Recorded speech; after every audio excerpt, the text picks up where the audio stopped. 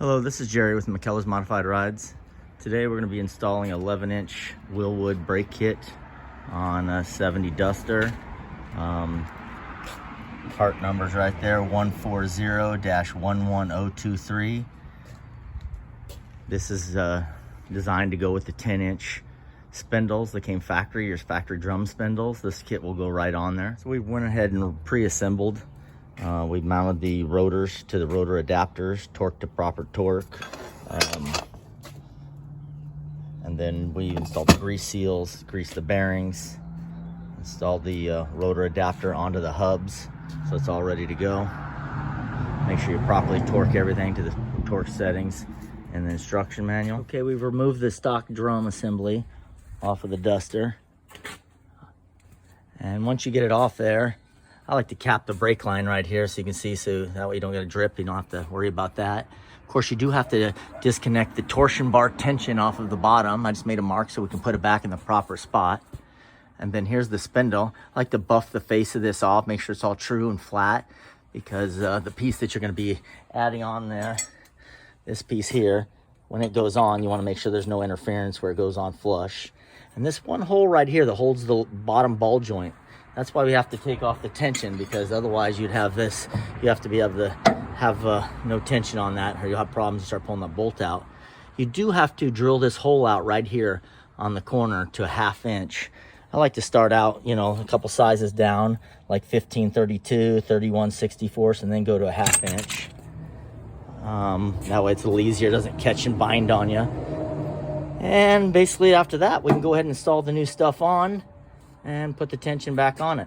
Also, it says in the kit that you may have to grind this spot right here. What that's for is this nut right here. It can catch on this nut when you install that. I've found though on the 10-inch spindle one, that's never seems to be a problem. When you're using the 9-inch spindle, for 9-inch spindle drums, you'll see on the 9-inch spindle, this piece here is symmetrical. It's a round bar, so it looks different than this one. But that one I have had to grind a nice little divot right here, so that way the bolt will clear the casting. Okay, now we put the spindle on after greasing the bearings. And this spindle nut, you don't want to torque that down. You want to tighten it down kind of snugly. You want to give it a few spins, get that grease moving around in the bearings, and then you want to back it back off.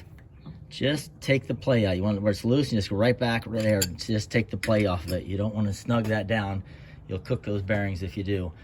After that, we just put the cage and cotter pin in, and we're set to go. Okay, now we have the caliper mounted. There's a shimming procedure. Let's see if I can get this on camera.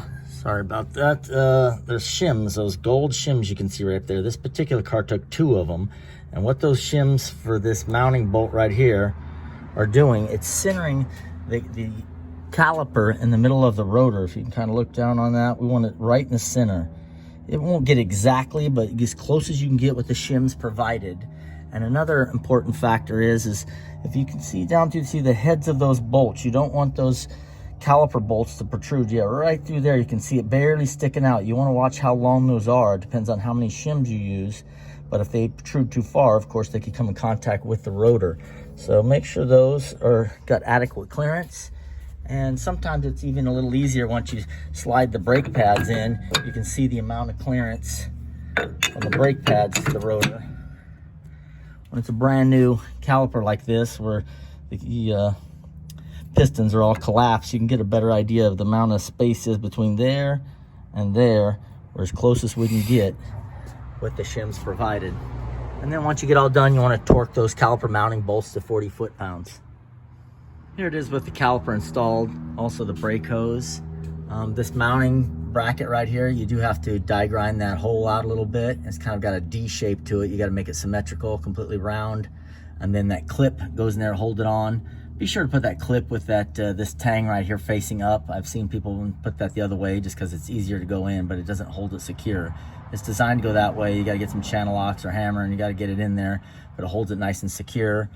They use 1/8 inch fittings where it goes into the back of the caliper. There's like a 90-degree fitting here. You can position it however you want. We're going to turn it both ways and make sure everything clears, but I think this direction here is probably the best for this length of hose in this application. Okay, here it is all completed. Hopefully this helps you out on your install. If you need any more help, get a hold of us here at McKellar's Modified Rides. Appreciate it.